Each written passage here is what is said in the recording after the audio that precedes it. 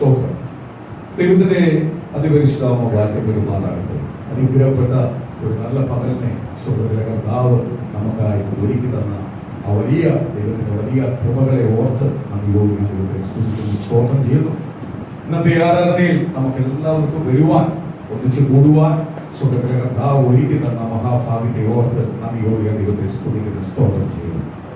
സ്തോത്രം. നിങ്ങളൊരു ഭവനം ആരാധനയ്ക്കായി നമുക്ക് തുറന്നു കിട്ടിയെന്ന് ഓർത്ത് ദൈവത്തെ സ്തുതിക്കുന്നു. നമ്മുടെ പ്രാർത്ഥനയ്ക്കെല്ലാം ഒരു മറുപടിയുണ്ട്. ആ മറുപടി ആര് തന്നു? കർത്താവ് നമുക്ക് തന്നു. അതിനെ ഓർത്ത് ദൈവത്തിന് നന്ദി പറയുന്നു, ദൈവത്തെ സ്തുതിക്കുന്നു, സ്തോത്രം ചെയ്യുന്നു. സ്തോത്രം. പ്രാർത്ഥന സ്തോത്രമാണെങ്കിൽ മറുപടിയുള്ള പ്രാർത്ഥനയ്ക്ക് പ്രതികൂലം വരും. മറുപടിയില്ലാത്ത പ്രാർത്ഥനയ്ക്ക് എന്ത് വരും? പ്രതികൂലം വരും. സ്തോത്രം. മറുപടിയുള്ള പ്രാർത്ഥനയ്ക്ക് ഒരു പ്രതികൂലമുണ്ട്. കാര്യം അത് ജയിച്ചു കഴിയുമ്പോൾ അതിന്റെ മാറുമഹത്വം ആർക്ക് കൊടുക്കണം? കർത്താവിന് കൊടുക്കണം. കർത്താവിന് കൊടുക്കേണ്ടത് കൊണ്ടാണ് പ്രതികൂലം വരുന്നത്. കർത്താവിനെ ഉപേക്ഷിച്ചിട്ടോ തള്ളിക്കളഞ്ഞിട്ടോ അല്ല പ്രതികൂലം വരുന്നതെന്ന് പകരം തിരിച്ചറിഞ്ഞോണം. ഓരോ കുടുംബത്തിനകത്തും ഓരോ വ്യക്തിയുടെ മേലും പ്രതികൂലം വരുമ്പോഴും മനസ്സിലാക്കിക്കോണം, എന്റെ ദൈവം എന്നെ ഉപേക്ഷിച്ചിട്ടൊന്നും അല്ല, എന്റെ ദൈവം എന്നെ തള്ളിക്കളഞ്ഞിട്ടല്ല ഈ പ്രതികൂലം വന്നത്. ഈ പ്രതികൂലം വന്നിരിക്കുന്നത് എനിക്ക് ദൈവത്തിന് വേണ്ടി സാക്ഷ്യം പറയുവാണ്. ദൈവമക്കളുടെ സാക്ഷ്യം ആർക്ക് വേണ്ടത്? ആർക്ക് വേണ്ടത്? ദൈവമക്കളുടെ സാക്ഷ്യമാണ് കർത്താവിന് വേണ്ടത്. അതുകൊണ്ടാണ് പറയുന്നത്, ഒരു സാക്ഷി മറ്റൊരു സാക്ഷിയെ ഉളവാക്കും. അതിന്റെ അർത്ഥം എന്തുവാ? സ്തോത്രം. എന്റെ സാക്ഷി കേട്ട് വേണം ഒരാൾ ആരെ അറിയണം? കർത്താവിനെ അറിയണം. അങ്ങനെ ദൈവമക്കളെ കുറിച്ച് ദൈവത്തിന് അങ്ങനെ ഒരു വലിയ പദ്ധതിയുണ്ട്. സ്തോത്രം. ഞാൻ പറയുന്ന സാക്ഷ്യം കേട്ടിട്ട് വേണം മറ്റൊരു സാക്ഷ്യം ഉളവാകേണ്ടത്. അപ്പോഴും ഞാൻ ആരുടെ സാക്ഷി ആവണം? ഞാൻ ആരുടെ റെപ്രസെന്റേറ്റീവ് ആവണം? യേശുവിന്റെ റെപ്രസെന്റേറ്റീവ് ആവണം. എവിടെ ചെന്നാലും ഞാൻ യേശുവിന്റെ റെപ്രസെന്റേറ്റീവ് ആയി നിൽക്കണം. എങ്കിലേ നമ്മളെ കുറിച്ച് സാക്ഷ്യം പറയുന്നുള്ളൂ. ആ സാക്ഷ്യമാണ് മറ്റൊരു സാക്ഷ്യത്തിന് ഉളവാകും. സ്തോത്രം. ഇന്ന് സ്തോത്രം നഷ്ടപ്പെട്ടു പോയിക്കൊണ്ടിരിക്കുന്നത് സാക്ഷ്യമാണ്. ഇന്ന് പലയിടത്തും എന്തില്ല? സാക്ഷ്യമില്ല. ദൈവസഭയ്ക്കകത്തും ദൈവമക്കളുടെ ജീവിതത്തിനകത്തൊന്നും എന്തില്ല? സാക്ഷ്യമില്ല. സാക്ഷ്യമില്ലാത്തവരെ ആർക്ക് വേണ്ട? ദൈവത്തിന് വേണ്ട. ഇന്ന് പകലെ ഞാൻ വിളിച്ചു പറയാം, ദൈവത്തിന് വേണമെങ്കിൽ സാക്ഷ്യം വേണം. ഇന്ന് നമ്മള് സ്തോത്രം 10-13 വർഷം കൊണ്ട് നമ്മൾ പ്രാർത്ഥിക്കുന്നു. നമ്മൾ സ്വന്തമായ സഭാഹോളിന് വേണ്ടി നമ്മൾ കണ്ണീരൊഴുക്കുക, പ്രാർത്ഥിക്കുക. സ്തോത്രം. ഇതുവരെയും അതിനകത്ത് പരിഹാരമില്ലാതെ ഓരോ ദിവസവും നമ്മൾ കണ്ണുനീര് കൂട്ടി പാർച്ചുകൊണ്ടിരിക്കുക. മറുപടിക്ക് വേണ്ടി ഇരിക്കുക. സ്തോത്രം. ദൈവം തരുമ്പോഴേ ഏറ്റവും ശ്രേഷ്ഠമായത് ദൈവം തരുന്നു. അതുകൊണ്ടാണ് ദൈവവചനത്തിനകത്ത് പറയുന്ന വചനപ്രകാരം പറയുന്നത്, കണ്ടു കണ്ടിട്ടില്ല, കാത് കേട്ടിട്ടില്ല, ഒരുവന്റെ ഹൃദയത്തിൽ ചിന്തിക്കുന്നതിനും നിനയ്ക്കുന്നതിനും അപ്പുറമായുള്ള ഒരു സഭാഹോളായിരിക്കും ആർക്ക് തരുന്നത്? നമുക്ക് ദൈവം തരുന്നത്. സ്തോത്രം. ഈ സഭയെ അടിച്ചൊതുക്കാൻ ഒരുപാട് പേര് നോക്കുന്നു. ഞാൻ പലപ്പോഴും ദൈവമക്കളോട് പറഞ്ഞിട്ടുണ്ട്, സ്തോത്രം, എനിക്ക് വെളിയിലുള്ളവരല്ല ശത്രുക്കള്, ദൈവനാമത്തിൽ നിൽക്കുന്നവരായിരിക്കും ശത്രുക്കൾ. ഈ സഭയെ വേരോടെ പിടിതെറിഞ്ഞ് മാറ്റുവാൻ പലരും നോക്കുന്നുണ്ട്. പക്ഷേ വേരോട് പിടിതെറിഞ്ഞ് മാറ്റി അവരെടുത്ത് എറിയുന്നിടത്തല്ല എന്ത് ചെയ്യുക? മുളച്ച് വളർന്നുകൊണ്ടിരിക്കുക. നമ്മൾ സ്തോത്രം ഇല്ലയോ? നമ്മൾ എവിടെയെങ്കിലും തളരുന്നുണ്ടോ? ദുബൈ സഭ വരും, വേഗത്തിൽ വരും. സ്തോത്രം. ഹല്ലേലൂയ. ഇതിന്റെ ബ്രാഞ്ച് സ്തോത്രം ഹല്ലേലൂയ ഇന്ത്യക്കകത്തൊന്നും അല്ല, ഇന്ത്യക്ക് പുറത്തായിരിക്കും. സ്തോത്രം. എന്ന് പറഞ്ഞാൽ എത്രയും നമ്മളെ പറിച്ചു കളയുന്നു അതിനനുസരിച്ച് എന്ത് ചെയ്യും? വളർന്നു വരും. സ്തോത്രം. ഞാൻ ഒരു ഉദാഹരണം പറയാം. സ്തോത്രം. നമ്മൾ നേരത്തെ ആരാധിച്ചുകൊണ്ടിരുന്ന സ്തോത്രം കൊച്ചുമഞ്ചാന്റെ ഭവനത്തിനകത്ത് സ്തോത്രം നല്ലൊരു മാവുണ്ട്, നല്ലൊരു കിളിച്ചുള്ള മാവുണ്ട്. ഈ മാവ് ഒരുപാട് വളർന്ന് വലുതായിട്ടിരിക്കുക, ഒരുപാട് കായ്ഫലമുള്ള മാവാണ്. ഒരു സുപ്രഭാതത്തിലെ അച്ചായ ചെയ്തു അത് പകുതി വെച്ച്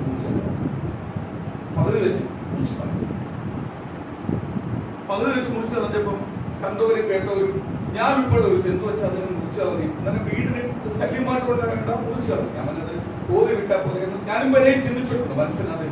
പക്ഷെ പുള്ളിക്കാരൻ എന്ത് ചെയ്തു? ആ മാവിന്റെ പകുതിയോളം മുറിച്ചു കളഞ്ഞു. അപ്പോൾ തടി മാത്രം ഇങ്ങനെ നിൽക്കും. ശാഖകളൊന്നുമില്ല, തടി മാത്രം. മേളിൽ എന്ത് ചെയ്തു? കട്ട് ചെയ്തു. അതിനകത്ത് ഈ കുരുമുളകിന്റെ കൊടി ഇങ്ങനെ കയറ്റി വെക്കും. അപ്പോഴേ ഒരാളെ നോക്കി അവർക്ക് ഈ കൊടി കയറാൻ വേണ്ടിയായിരിക്കും ഇങ്ങനെ വെച്ചേക്കുന്നത്, അല്ലെങ്കിൽ അതുകൂടെ കട്ട് ചെയ്ത് കളഞ്ഞൂടാ. ചില ദിവസങ്ങൾ കഴിഞ്ഞു, മാസങ്ങൾ കഴിഞ്ഞു, അതിനകത്ത് ശാഖകൾ വരാൻ.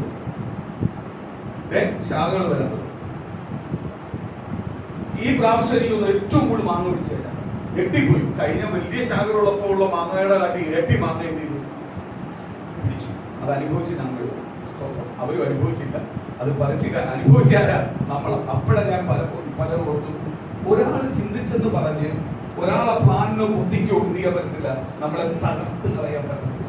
ഈ സഭ തീർന്നു, ഈ സഭ ഇനി എഴുന്നേക്കത്തില്ല, ഈ സഭയ്ക്ക് എഴുന്നേക്കാൻ പറ്റത്തില്ല എന്ന് മാമികാല സ്റ്റീലടിച്ച് മുൻവിധി അടിച്ച് വെച്ചെടുത്തുന്ന ഈ സഭ എന്ത് ചെയ്യുന്നത് ഉയർന്നു വരുന്നത്. ഓരോ ഞായറാഴ്ചത്തെ ഓൺലൈനകത്ത് മീറ്റിംഗ് കാണുമ്പോൾ ചിലമാർക്ക് അങ്ങോട്ട് ഉറക്കമില്ല, സ്വസ്ഥതയില്ല. ഞാൻ ഇത് പിന്നെയും കയറി വന്നു.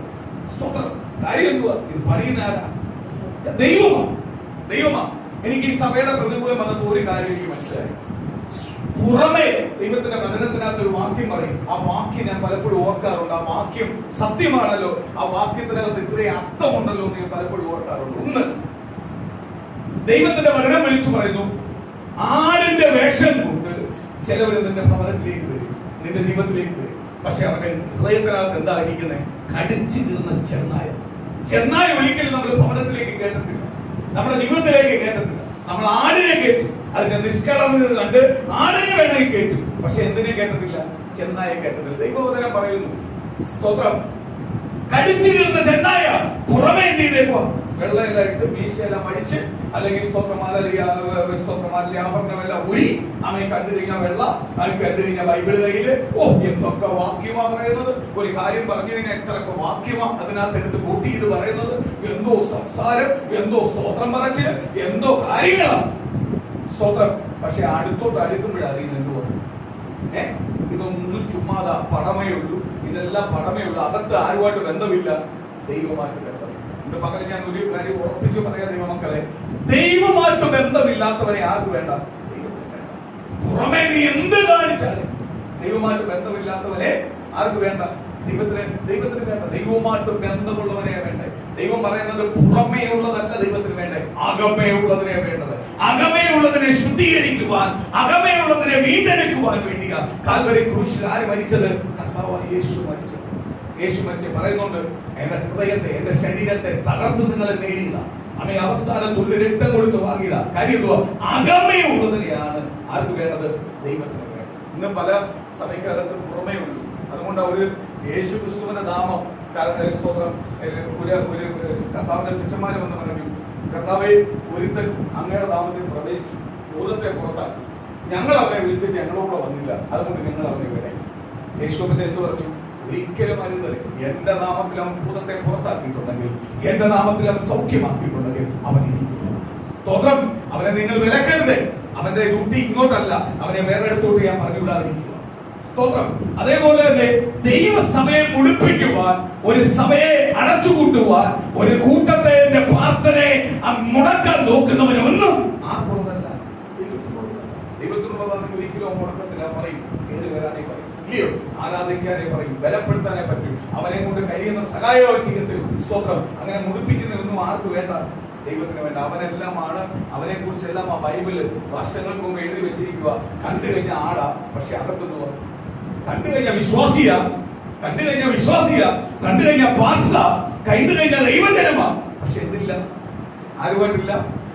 സ്തോത്രം. ഇന്ന് പകല് ഞാൻ ഒരു ദൂത് പറയാം. വേദവസ്തു എല്ലാവരുടെ വീട്ടിലുണ്ട്. ഈ സഭയുടെ പ്രതികൂലം വന്നപ്പോൾ ഞാൻ ഇതെല്ലാം പഠിച്ചു. എന്റെ ചിന്ത ഇതെല്ലാം വെളുത്തിരിക്കുന്നതെല്ലാം പാലാന്ന് ജീവിച്ചോളെ. സ്തോത്രം. ഇതെല്ലാം ഭയങ്കര ആക്റ്റീവാന്ന് എനിക്ക്. പക്ഷെ ഇതെല്ലാം പ്രതികൂലം വന്നപ്പോഴെനിക്ക് മനസ്സിലായ ഇതെല്ലാം കള്ളത്തരമാണ്. വേദോസം എല്ലാവരുടെ വീട്ടിലിരിപ്പ്, ബൈബിൾ എല്ലാവരുടെ വീട്ടിലുണ്ട്, എല്ലാവരും ചുമക്കുന്നുണ്ട് കേട്ടോ. പക്ഷെ ബൈബിളിനകത്തുള്ളത് മാറ്റാൻ ഒരു ബന്ധം.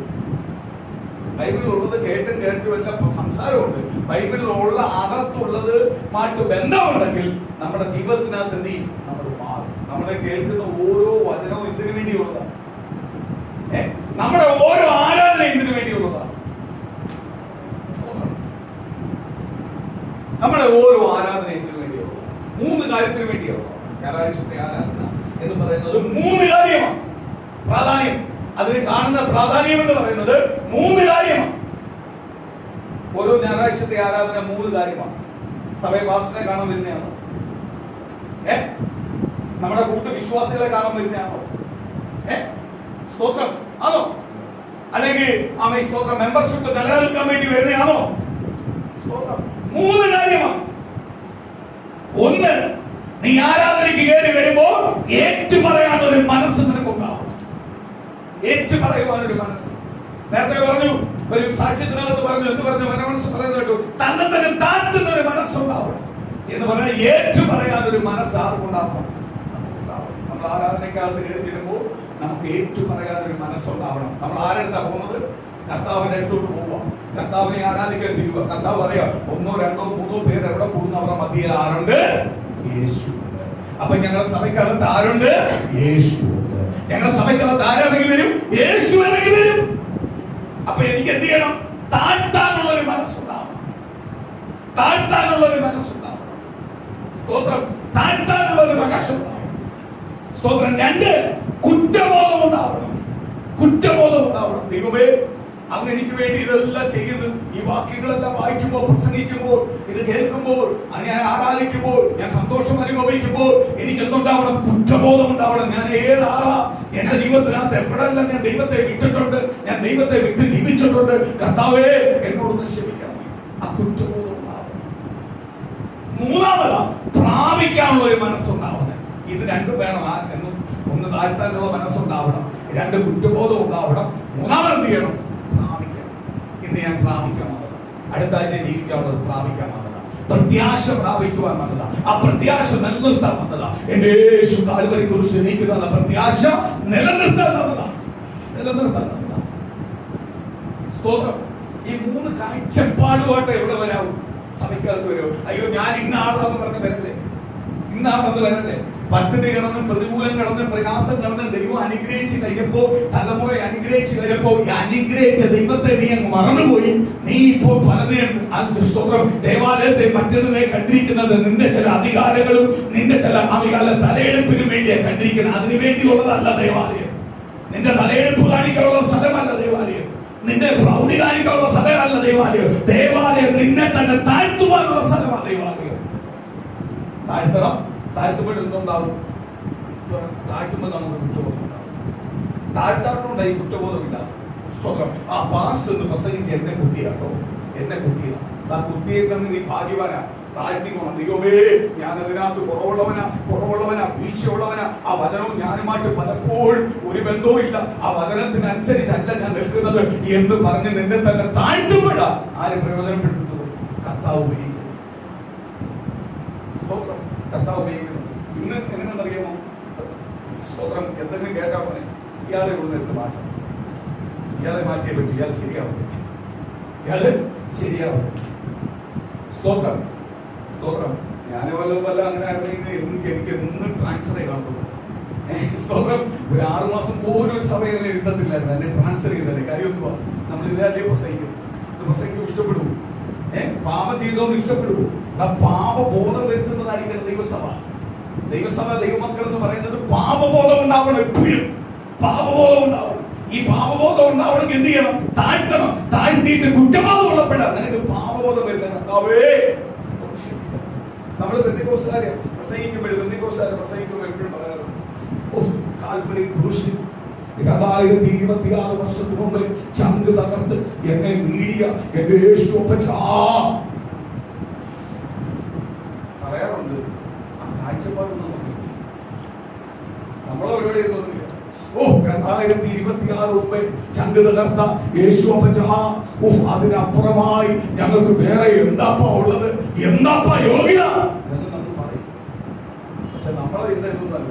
കർത്താവേ, എന്തെങ്കിലും ഒരു പുതു വഴി തുറക്കണേ, കടമൊന്ന് മാറണേ, രോഗമൊന്ന് മാറണമേ, ക്ഷീണമൊന്ന് മാറണമേ, ദൈവം ഇപ്പോഴെന്റെ മക്കൾക്ക് വഴി തുറന്നു കൊടുക്കണമേ. ഇതെല്ലാം നമ്മളെ വിഷയം. കർത്താവ് പറയുക, ആദ്യം എന്റെ രാജ്യം അന്വേഷിക്കുക, അതോടൊപ്പം നിങ്ങൾക്ക് എല്ലാം ലഭിച്ചെന്നാണ്. രാജ്യം എന്തുവാ? കർത്താവിന്റെ രാജ്യം എന്തുവാ? കർത്താവിന്റെ രാജ്യം എന്തുവാ അന്വേഷിക്കുന്നത്? സ്വർഗരാജ്യം. ആ രാജ്യം ഞാൻ അന്വേഷിക്കണം. ആ രാജ്യം ഞാൻ അന്വേഷിക്കണമെങ്കിൽ ആ രാജ്യത്തിലേക്ക് ഞാൻ പോകാൻ തയ്യാറാവണമെങ്കിൽ എനിക്കൊന്നുണ്ടാവണം. എനിക്ക് കുറ്റബോധം ഉണ്ടാവണം. എനിക്ക് എന്നെ തന്നെ താഴ്ത്തണം. സ്തോത്രം. ഏറ്റുപറയണം. ഞാൻ ആരുടെ ആവണം? ദൈവവൈതലാവണം. ദൈവവൈതലാണെങ്കിൽ ആ രാജ്യം എനിക്ക് അവകാശമായി കിട്ടും. ദൈവവൈതലല്ലായിരുന്നെങ്കിൽ എനിക്ക് അവകാശമായിട്ട് കിട്ടുമോ? അതുകൊണ്ട് കർത്താവിന്റെ ആദ്യം എന്റെ രാജ്യം അന്വേഷിക്കുകയും അതോടൊപ്പം നിനക്കെല്ലാം അതോടൊപ്പം എല്ലാം ലഭിക്കും. ദൈവത്തിന്റെ രാജ്യം അന്വേഷിച്ച് കർത്താവെ കാൽവരി ക്രൂശിൽ 2026 മുമ്പ് മരിച്ചു. എനിക്ക് വേണ്ടി വീണ്ടെടുത്ത എന്റെ സർവശക്തനായ ദൈവമേ, എന്നെ തിരഞ്ഞെടുത്ത ദൈവമേ, എന്റെ ചാർച്ചക്കാരിലും എന്റെ ബന്ധുക്കളും എന്റെ സുഹൃത്തുക്കളും എന്റെ നാട്ടിലും എന്റെ ചുറ്റുവട്ടം അനേകരുണ്ടായിട്ട് അവർക്കൊന്നും ലഭിക്കാത്ത ഭാഗ്യം എനിക്ക് തന്നു. എന്റെ കുടുംബത്തിന് തന്നതാണ് എന്റെ ജീവിതത്തിലെ ഏറ്റവും വലിയ ഭാഗ്യം എന്ന് ഏറ്റെടുത്ത് പ്രാർത്ഥിക്കുന്ന ദൈവമല്ല മാത്രമേ സ്വർഗരാജ്യം അന്വേഷിക്കാൻ പറ്റൂ. സ്വർഗരാജ്യം പ്രാപിക്കാൻ പറ്റും. ഇന്ന് സ്വർഗരാജ്യം പ്രാപിക്കണമെന്നില്ല. ഞങ്ങൾ അമേരിക്കയിൽ പോയാൽ, കാനഡയിൽ പോയാൽ, ലണ്ടനിൽ പോയാൽ മതി. ജർമ്മനിയിൽ പോകുമ്പോ ദൈവം തൊടാൻ പോവുക. കാനഡയിൽ കിടക്കുന്നവന്, അമേരിക്കയിൽ കിടക്കുന്നവന്, ലണ്ടനിൽ കിടക്കുന്നവന് തലമുറ ദൈവം ഒന്ന് തൊടാൻ പോവുക. ദൈവം തലമുറ ഇങ്ങോട്ട് അനുഗ്രഹപ്പെട്ടപ്പോഴേ ഇവിടെ അപ്പനും അമ്മയ്ക്കും എല്ലാം അഹങ്കാരം തുടങ്ങി, കുടുംബത്തിന് അഹങ്കാരം തുടങ്ങി. ദൈവസഭയെ ഇപ്പൊ അവര് കണ്ടിരിക്കുന്ന എന്തോ ഷോ കാണിക്കുന്ന സ്ഥലം, അവരുടെ പേര് പ്രൗഢി കാണിക്കുന്ന സഭ, അവരുടെ ജീവനുള്ള യേശുവിനെ എല്ലാം അവരങ്ങ് മറന്നുപോയി. കാൽവരി ക്രൂശിൽ കർത്താവ് നേടിയതെല്ലാം മറന്നുപോയി. ദൈവം തൊടും, ദൈവം പ്രവർത്തിക്കാൻ പോവുക. ഓരോ രാജ്യത്തെ തൊട്ടോണ്ടിരിക്കുക. എല്ലാവർക്കും യുദ്ധഭീതികൾ ഉണ്ടായിക്കൊണ്ടിരിക്കുക. പല രീതിയിൽ ഒരു പ്രശ്നമില്ലാത്ത രാജ്യം വരെ മരിക്കാൻ പോവുക. ഇനി വിടുവോ? കാര്യം എന്തുവാ? അഹങ്കാരമായി. സ്തോത്രം. ദൈവജനത്തിന്റെ കണ്ണുനീരും പാത്രയും കേട്ട് ദൈവം അനുഗ്രഹിച്ചപ്പോൾ എന്തുണ്ടായി? അഹങ്കാരമായി. 13 വർഷം കൊണ്ട് നമ്മൾ പ്രാർത്ഥിക്കുന്നു സഭാഹോളിൽ താമസിക്കുന്ന ഓർത്ത് ഞാൻ ദൈവത്തെ സ്തുതിക്കുക. കാര്യം എന്തുവാ? അഹങ്കാരമില്ല, ഇല്ലയോ?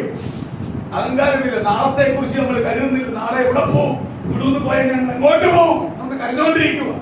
അഹങ്കാരമില്ല. സ്തോത്രം. അതുകൊണ്ട് എന്തുവാ? സഭ കിട്ടുമ്പോൾ അതിന്റെ ഒരു വില നമ്മൾ കൊടുക്കും. സഭ കൊടുക്കുമ്പോൾ സഭയുടെ ഓട് കിട്ടിക്കഴിയുമ്പോൾ നമ്മൾ എന്ത് ചെയ്യും? വില കൊടുക്കും. കാര്യം ഇല്ലാത്തതിനു വേണ്ടി പ്രാർത്ഥിക്കാൻ തോന്നും, ഇല്ലയോ? ഇല്ലാത്ത ഒരു സഭ നമ്മളെ വേണ്ടി വന്നിട്ട് നമ്മളോട് വന്ന് പറയുക, ഞങ്ങൾക്ക് സഭാകോളിൽ എന്ന് പറയുമ്പോൾ നമ്മൾ പ്രാർത്ഥി കണ്ണുനീർ കിട്ടും. അവർക്ക് വേഗത്തിൽ സഭ കിട്ടണമെന്ന്. കാര്യം എന്തുവാ? ഇതിന്റെ അനുഭവം ആണോ? ഇതിന്റെ സങ്കടങ്ങൾ ഞങ്ങൾ അനുഭവിച്ചതാ, ഇതിന്റെ കഷ്ടങ്ങൾ ഞങ്ങൾ അനുഭവിച്ചതാ. അതുകൊണ്ട് സ്തോത്രം ഹല്ലേലൂയ. നമ്മളെന്ത് ചെയ്യും? കണ്ണുനീർ വിളിക്കും, ഇല്ലയോ? കണ്ണുനീർ വിളിക്കും, പ്രാർത്ഥിക്കും. സ്തോത്രം. ഇതായ ശോധന എന്ന് പറയുന്നത്, പ്രതികൂലം എന്ന് പറയുന്നത് കാര്യം എന്തുവാ? സ്തോത്രം. എങ്കിലേ നമ്മൾ അത്ഭുതം എന്ന് പറയുന്നത്. ഞങ്ങൾ കണ്ണുനീരൊഴുക്കി പ്രാർത്ഥിച്ചപ്പോൾ ദൈവം മറുപടി തന്നപ്പോൾ പെട്ടെന്ന് തന്ന മറുപടിക്ക് അത്ഭുതം എന്ന് പറയത്തില്ല. സ്തോത്രം. ചില താമസിച്ച് മറുപടി തരുമ്പോൾ അതിനെ നീയും അത്ഭുതം എന്ന് പറയും. അത്ഭുതം എന്ന് പറയും. ഒരിക്കലും എന്ത് ചെയ്യാൻ പറ്റത്തില്ല, നമുക്ക് എന്ത് ചെയ്യാൻ പറ്റത്തില്ല, മറക്കാൻ പറ്റത്തില്ല. ആരത്ഭുതം ചെയ്യും? കർത്താവ് അത്ഭുതം ചെയ്യും. സ്തോത്രം. അത്ഭുതം ചെയ്യും. ഞാൻ കഴിഞ്ഞ ദിവസങ്ങളിൽ സ്തോത്രം ഒരു മതത്തിനകത്ത് പറയുന്നത് കേട്ടപ്പോൾ സ്തോത്രം എനിക്ക് ഭയങ്കര സന്തോഷം. നമ്മളെ ക്രിസ്തീയ ദൈവജനത്തിന് പലപ്പോഴും എന്തില്ല, സാക്ഷ്യമില്ല. ആദ്യം തുടക്കമേ തന്നെ പറയാം, സാക്ഷ്യമില്ല. സ്തോത്രം.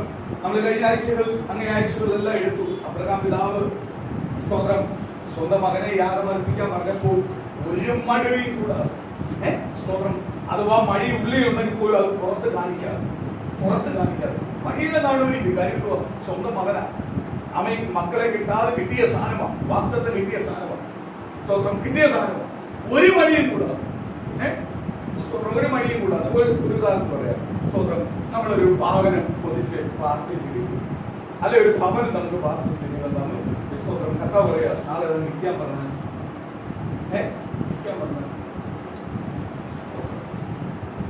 അകത്ത് ഇപ്പോഴത്തെ ജനം പുറത്ത് പറയും, അകത്തും പുറത്തും പറയും. സ്തോത്രം. യഥാർത്ഥ ഭക്തന്റെ അകത്ത് ഒരു ജനിക്കം കണ്ടു. അമ്മേ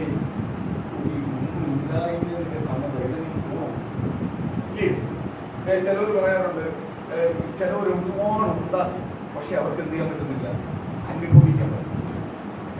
ഒരുപാട് പട്ടിണി ഇരുന്നെല്ലാം അവരുണ്ടാക്കിയത്. സ്തോത്രം. പട്ടിണി ഇരുന്നുണ്ടാക്കി മേശപ്പുറത്ത് കഴിക്കാനെല്ലാം ഉണ്ട്, പക്ഷെ ഇല്ലാത്ത രോഗങ്ങളാണ്. കഴിക്കൂ. സ്തോത്രം. എടുക്കൂ. ചിന്താമണി എന്നോട് പറയാനുള്ള ദൂതത പ്രാർത്ഥിച്ചു, ശക്തമായി പ്രാർത്ഥിച്ചു. എന്നെ കിടപ്പ് രോഗിയാക്കാനല്ല ഞാൻ യേശുവിനെ അറിഞ്ഞത്, കിടപ്പ് രോഗിയുടെ അവസ്ഥയിൽ എന്നെ പുറത്തു കൊണ്ടുവരുവാൻ ഞാൻ യേശുവിനെ അറിഞ്ഞത്. എന്നെ കിടപ്പ് രോഗിയാക്കുന്ന എല്ലാ പാരമ്പര്യ കെട്ടുകളും, അതിനെതിരെ നിൽക്കുന്ന എല്ലാ ശബ്ദങ്ങളും, അതിനെതിരെ നിൽക്കുന്ന വാദിക്കുന്ന ദുഷ്ട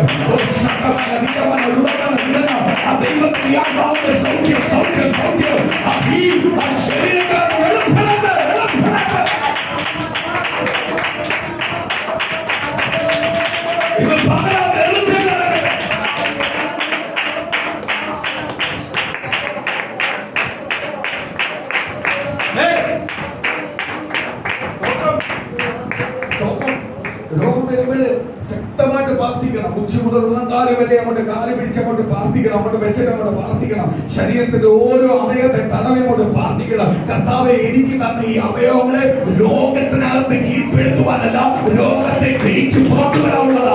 രോഗിയായിട്ട് കിടക്കാനല്ല, ഈ അവയവങ്ങളെ രോഗിയായിട്ട് കിടക്കാനല്ല, ഈ രോഗത്തേക്ക് ജയിക്കണം, ഈ രോഗത്തേക്ക് ജയിക്കണം.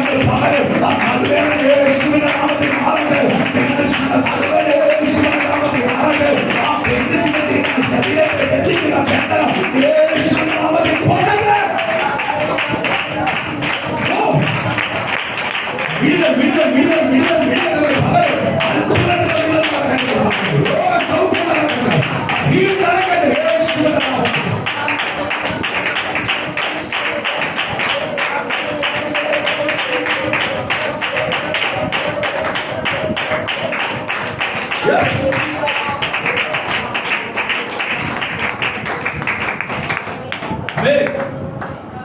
ഹല്ലേലൂയ, സ്തോത്രം.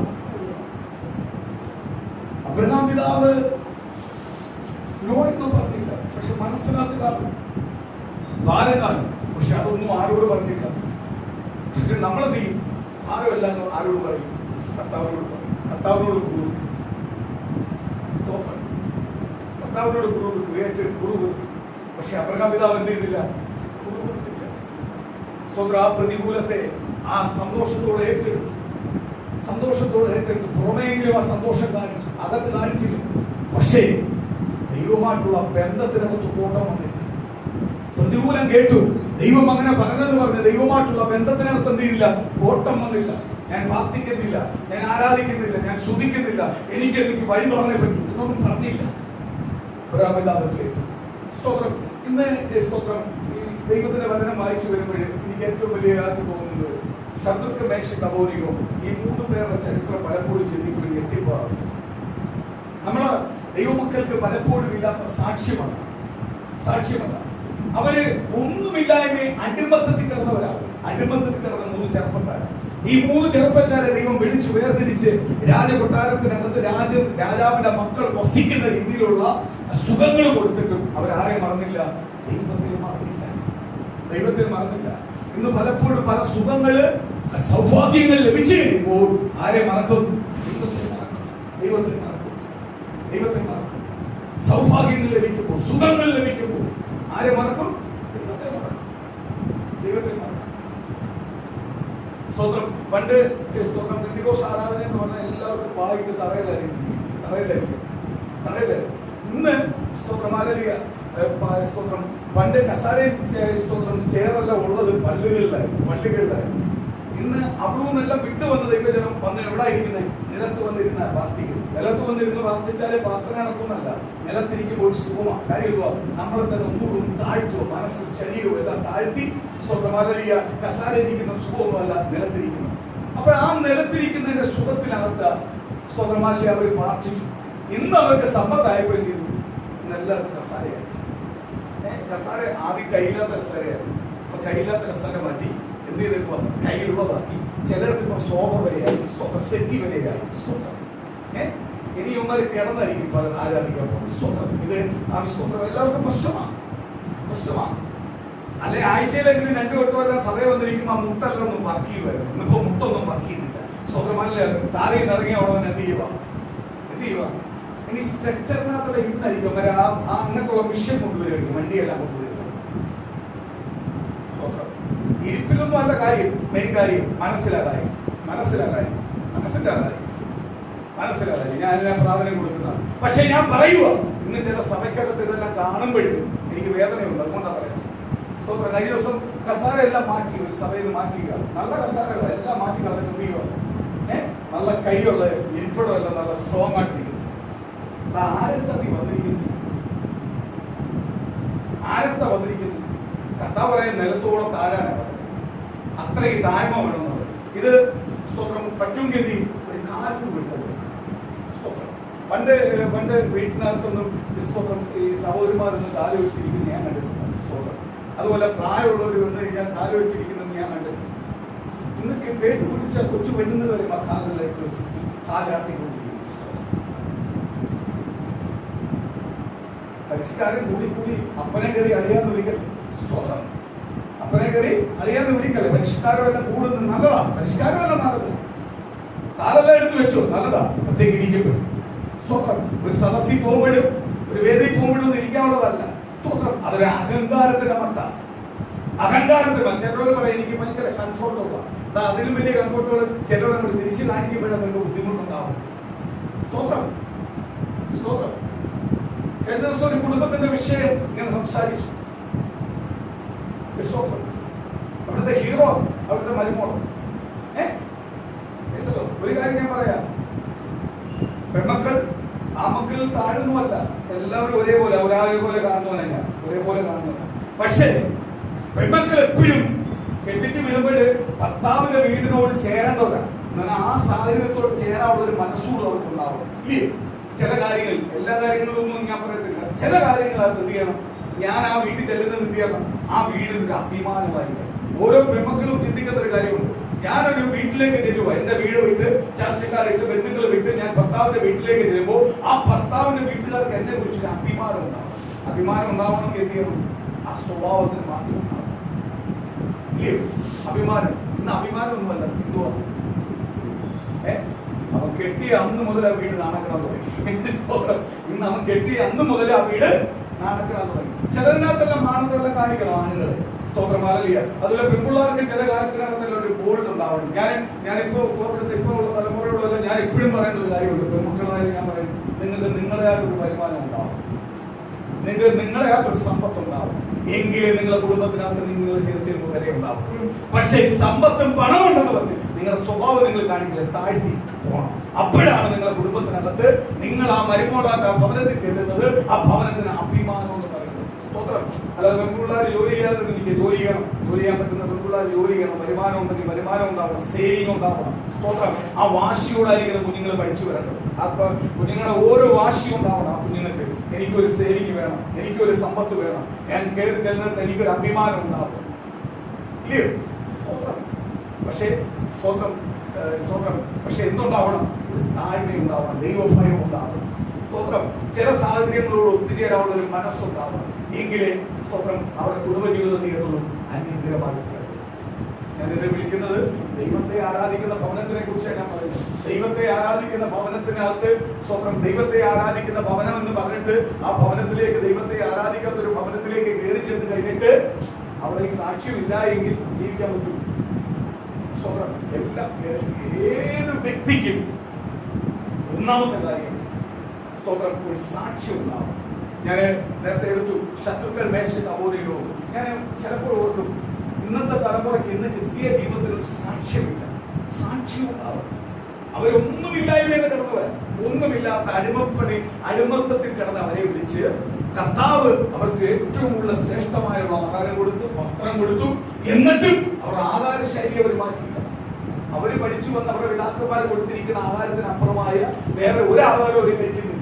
അപ്പോഴ് ഈ ആഹാരം കൊടുക്കുന്നോ പറഞ്ഞ, അയ്യോ ഞാൻ നിങ്ങൾക്ക് തന്നില്ലെങ്കിൽ നിങ്ങൾ നോക്കിക്കോ, ആ ആഹാരം കഴിക്കുന്നവരും ഈ ആഹാരം കഴിക്കുന്ന ഞങ്ങൾക്ക് തമ്മിലുള്ള ക്ഷീണം വലമുണ്ടോ, മാറ്റം വലമുണ്ടോ? എന്നിട്ട് അവർ നോക്കിയപ്പോ എന്തുവാ, ആ ആഹാരം കഴിക്കുന്ന വലിയ പ്രോട്ടീൻ പൗഡർ കഴിക്കുന്നവര് ക്ഷീണമുണ്ട്, ഇവർക്കൊരു ക്ഷീണവുമില്ല.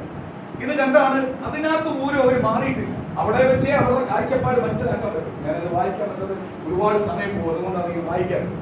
അവിടെ വെച്ചേ അവർക്കൊന്നുണ്ട്, ആ കാഴ്ചപ്പാടുണ്ട്. അവിടെ അവരെ ഫസ്റ്റ് കാഴ്ചപ്പാട്, അവർ ആഹാര രീതിക്ക് ഒരു കാഴ്ചപ്പാടുണ്ട്. അവരുടെ പിതാക്കന്മാര് പറഞ്ഞൊരു ആഹാര രീതിയുണ്ട്. ആ രീതിയിലാണ് മുന്നോട്ട് വരുന്നത്. പഴയ നിയമ പുസ്തകത്തിനകത്ത് വായിക്കുമ്പോൾ സ്തോത്രം, പഴയ നിയമ പുസ്തകത്തിനകത്ത് വായിക്കുമ്പോൾ ഓരോ ആഹാരം നമ്മൾ കഴിക്കുന്നത് ആര് പറയുന്നുണ്ട്? ബൈബിൾ പറയുന്നുണ്ട്. ദൈവമക്കൾ കഴിക്കേണ്ട ആഹാരം പറയുന്നു. സ്തോത്രം. പുതിയ നിയമ പുസ്തകത്തിനകത്ത് വന്നപ്പോൾ ചില ആഹാരത്തെ പറ്റി കർത്താവ് പറയുന്നില്ല എങ്കിൽ പോലും പഴയ നിയമത്തിനകത്ത് പറഞ്ഞ ചില ആഹാരമുണ്ട്. പന്നിയെ കഴിക്കല്ലെന്ന് പറഞ്ഞിട്ടുണ്ട്. പുതിയ നിയമത്തിനകത്ത് പറയും പന്നി കഴിക്കലെന്ന് പുതിയ നിയമത്തിൽ പറഞ്ഞില്ല, അതുകൊണ്ട് പന്നിയെ കഴിക്കാം. അതുകൊണ്ട് ആ പന്നിയുടെ സ്വഭാവമായിക്കൊണ്ടിരിക്കും. സ്തോത്രം. ഇന്ന് പലരും പന്നിയെ കഴിച്ചോളാൻ പറഞ്ഞേക്കും. ഇത് വായി വരുന്ന എന്ത് കഴിക്കാം. സ്തോത്രം. നാളെ പാമ്പിനെ കൊന്നിട്ടാൻ പറയാം, അതിനെ കഴിക്കാന്ന് പറയും. അറിയുള്ളൂ വായിക്ക് നല്ല രുചിയ. അതുകൊണ്ട് ഇതിന്റെ എല്ലാ സ്വഭാവം വരുന്നു. ഇതിന്റെ എല്ലാ സ്വഭാവം വന്നുകൊണ്ടിരിക്കുന്നു. കർത്താവ് പറഞ്ഞിട്ടുണ്ട്, കുളമ്പ് പിളരാത്ത അമികല്ലെ സ്തോത്രം ജീവിയുടെ വസ്തു ജീവിയുടെ മാംസത്തെ രക്ഷിക്കരുത്. കുളമ്പ് പിളർന്നതാ കാളയുടെ സ്തോത്രം ആടുകൾ. സ്തോത്രം. കുളമ്പ് പിളരാത്തതിനെ പറ്റി കർത്താവ് ഒരു വ്യവസ്ഥ പറയുന്നുണ്ട് പഴയ നിയമത്തിനകത്ത്. ഉടനെ പുതിയ നിയമത്തിനകത്ത് വന്നിട്ട് പറയാ ആ വ്യവസ്ഥയെല്ലാം പോയി. ഞങ്ങൾക്ക് കഴിക്കാം. കഴിക്കാവുന്ന തന്നിട്ട് ഒരുപാട് തന്നിട്ടുണ്ട്. പിന്നെ എന്തിനാ ഇതിനോട് ആഡ് ചെയ്യുന്നില്ല? ഇതിനെ ആഡ് ചെയ്യേണ്ട കാര്യമുണ്ടോ? കഴിക്കാവുള്ളത് തന്നിട്ടുണ്ട്. സ്തോത്രം. ഇപ്പൊ ഓന്നിനെ വരെ തല്ലിത്തൊന്ന് തിന്നുകൊണ്ടിരിക്കുക. സ്തോത്രം. എന്തൊക്കെ കഴിക്കുക അതെല്ലാം കഴിച്ചോണ്ടി. ഇന്ന് ഏറ്റവും കൂടുതൽ ആൾക്കാര് ഫുഡിന് അടിമയായിക്കൊണ്ടിരിക്കും. ഇല്ലയോ? ഫുഡിന്. അതുകൊണ്ടാണ് ഇത്രയും ഹോട്ടലുകൾ ഉണ്ടാവുന്നത്, ഫുഡുകൾ ഉണ്ടാവുന്നത്. വീട്ടിൽ വെക്കൊന്നുമില്ല. പലപ്പോഴും എല്ലാം ഹോട്ടലിൽ നിന്ന് മേടിക്കാം, കഴിക്കാം. സ്ഥിരം ഹോട്ടലിൽ നിന്നാവല്ലേ, വീട്ടിൽ വെക്കാൻ പഠിക്കണം. സ്തോത്രം. ഇന്നത്തെ പെൺപിള്ളേർക്ക് വീട്ടിൽ വെക്കാന്ന് അറിയത്തില്ല. എല്ലാ ഹോട്ടലില്ല, വൈകിട്ട് ഹോട്ടലില്ല. സമ്പത്തുണ്ട്. സ്തോത്രം. ഒരു സഹോദരനോട് പറയാം, കണക്കൂട്ട് ഹോട്ടലിൽ നിന്ന് കഴിക്കുന്ന ലാഭം. ഗ്യാസ് ഇല്ല, മറ്റുള്ള ചെലവുകളൊന്നുമില്ല. കണക്കൂട്ടുമ്പോഴേ പിന്നെ രോഗം വരാതിരിക്കുന്നത്. നിനക്ക് പിന്നെ വീടെന്ന് പറയുന്ന എന്തിനു വേണ്ടിയാണ്? വീട് നമ്മൾ വസിക്കുന്നത്, നമ്മളെ പോറ്റുന്നതും ആഹാരം പാകം ചെയ്യുന്നതും എല്ലാം ചേർന്ന് വെക്കാണ്. അതിന് വീടെന്ന പേരുള്ളൂ. വീട് ഇന്നത്തെ അർത്ഥം എന്ന് പറഞ്ഞാൽ ഒരുപാടുണ്ട്. അതിലേക്കൊന്നും ഞാൻ പോകുന്നില്ല. ശത്രുക്കൾ മേശക്കോനികവ് പ്രതികൂലം വന്നു, മരണം മുന്നിൽ വന്നു. എന്നിട്ടും അവരെന്ത് ചെയ്തില്ല? അവരുടെ വിശ്വാസ പ്രമാണം വിട്ട് അവര് പറഞ്ഞു, മരിച്ചു, ഞങ്ങൾ മരിക്കുന്നു, മരണപ്പെടുന്നു, ഞങ്ങൾ മരിച്ചാലും ജീവിച്ചാലും ഞങ്ങൾക്കൊരു വിഷയമില്ല. പക്ഷെ ഞങ്ങളുടെ പിതാക്കന്മാർ ഞങ്ങളെ പഠിപ്പിച്ചിരിക്കുന്ന വചനം വിട്ട് ജീവിതമില്ല. ആ വചനത്തിനകത്തുനിന്ന് കിട്ടുന്ന നന്മ മതി. ഇന്ന് എത്ര സഭ, എത്ര നിയമങ്ങൾ ഇങ്ങനെ പ്രതികൂലം വരുമ്പോൾ, പ്രയാസം വരുമ്പോൾ മാറും. ഇപ്പൊ പുതിയ കുഞ്ഞുങ്ങൾക്ക് പഠിത്തം, പുതിയ കുഞ്ഞുങ്ങളെ പഠിപ്പിക്കപ്പെടും. ഒരുപാട് പ്രശ്നങ്ങൾ കുഞ്ഞുങ്ങൾ വന്നുകൊണ്ടിരിക്കും. ബൈബിൾ വേണ്ടാന്ന് പറയുന്നതെല്ലാം അവിടെ വേണമെന്നാക്കി വെച്ചു. സ്തോത്രം. അതിനെ തരണം ചെയ്യണം. ഞങ്ങൾക്കൊരു മാതൃകയുണ്ട്. ശത്രുക്കൾ മേശക്കോനികവ് എവിടെ ചെന്നാലും ആഹാരത്തിന് മാതൃക വെച്ചു. അത് കഴിക്കണമെന്ന് പറഞ്ഞിട്ട് കഴിച്ചില്ല. സ്തോത്രം. അതേപോലെ തന്നെ അടുത്തതിൽ സ്തോത്രം, അവരുടെ മരണം അവരുടെ മുന്നിൽ വന്നത്, അവരതിൽ നിന്ന് മാറിയില്ല.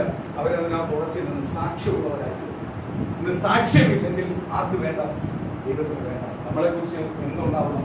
സാക്ഷ്യം ഉണ്ടാവണം. പലരുടെ വീട്ടിൽ ബൈബിളുണ്ട്, വചനമുണ്ട്, പക്ഷെ എന്തില്ല? സാക്ഷ്യമില്ല. ഞാൻ ഇപ്പോൾ ഒരു വാക്യം ഒന്ന് വായിച്ചിട്ട് പെട്ടെന്ന് പ്രാർത്ഥിക്കാൻ പോകും. സ്തോത്രം. മർക്കോസ് സുവിശേഷം 16-ാം അധ്യായത്തിലേക്ക് ഒന്ന് വരാം. അതിന്റെ 9-ാം വാക്യം മുതൽ ഒരാൾക്കൊന്ന് വായിക്കാം. മർക്കോസ് സുവിശേഷം, മർക്കോസിന്റെ 16-ാം അധ്യായത്തിന്റെ 9-ാം വാക്യം മുതൽ.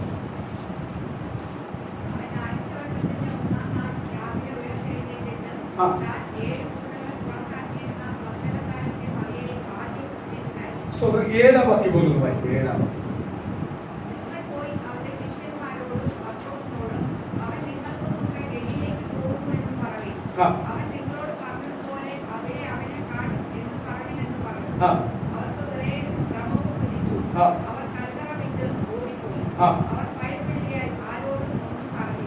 കർത്താവിനെ അടക്കിയ കല്ലറയ്ക്കകത്ത് മധ്യത്തിൽ മറിയേയും മറ്റേ മറിയേയും സ്വന്തം സഹോദരിമാരെല്ലാം ചെന്ന് പോയപ്പോ യേശുവിനെ അടക്കിയ കല്ലറയിൽ അവിടെ ചെന്നപ്പോ കല്ലുരുട്ടി മാറ്റി കല്ലറക്കാരും സ്തോത്രം 2 പേർ അതിനകത്തിരിക്കും.